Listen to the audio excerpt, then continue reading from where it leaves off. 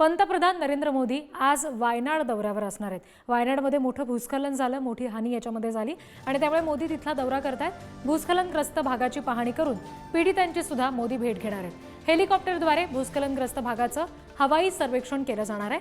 मोदी बचाव पथकांशी सुद्धा यावेळी संवाद साधणार आहेत।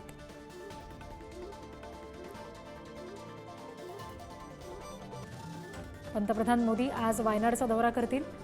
जे भूस्खलन झालेलं आहे त्या दरम्यान जी मोठी हानी झाली आहे तिथल्या भागाची ते पाहणी करतील। हवाई पद्धतीने ही पाहणी केली जाईल आणि महत्त्वाची गोष्ट म्हणजे इथे बचाव कार्य जे राबवलं जात आहे त्या बचाव पथकांशी सुद्धा मोदी संवाद साधणार आहेत। प्रतिनिधी शिवाजी काळेंकडून आपण आणखी अपडेट्स घेऊया। शिवाजी, आज मोदी वायनाडमध्ये येत आहेत, नेमकी कोणाची भेट ते घेणार आहेत आणि साधारण कसा दौरा असणार आहे त्यांचा? मोदी आज कन्नूर जिल्ह्यामधील असलेल्या एअरपोर्टवरती लँड करतील। तिथून ते जी घटना घडलेली घटनास्थळाच्या भागाचा हवाई पाहणी दौरा करणार आहेत आणि या दौऱ्याच्या पार्श्वभूमीवरती ह्या ज्या घटना घडलेल्या आहेत त्याच्या पार्श्वभूमीवरती राहुल गांधी ज्या ठिकाणचे जे खासदार म्हणून निवडून आले होते त्यांनी राजीनामा दिला, त्यांनी राष्ट्रीय आपत्ती म्हणून घोषित करण्याची मागणी मोदी यांच्याकडे केली आहे।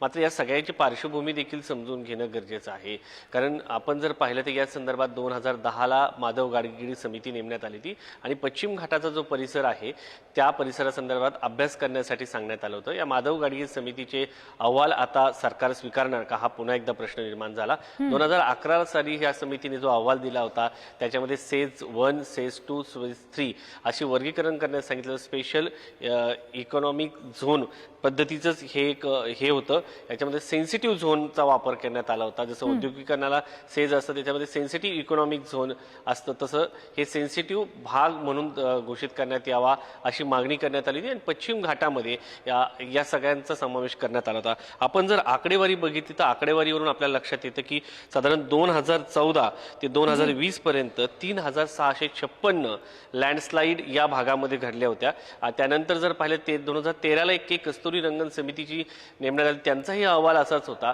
आणि सगळ्यात महत्त्वाचं म्हणजे या ठिकाणी होणारं मायनिंग असो, खनन असो, त्याच्याबरोबर थर्मल प्लांट असो, या सगळ्यांच्या दृष्टिकोनातून विचार करणं गरजेचं आहे। आणि या सगळ्या संदर्भात मोदींचा हा वायनाड दौरा आहे असं म्हणता येईल। धन्यवाद शिवाजी दिलेल्या माहितीसाठी।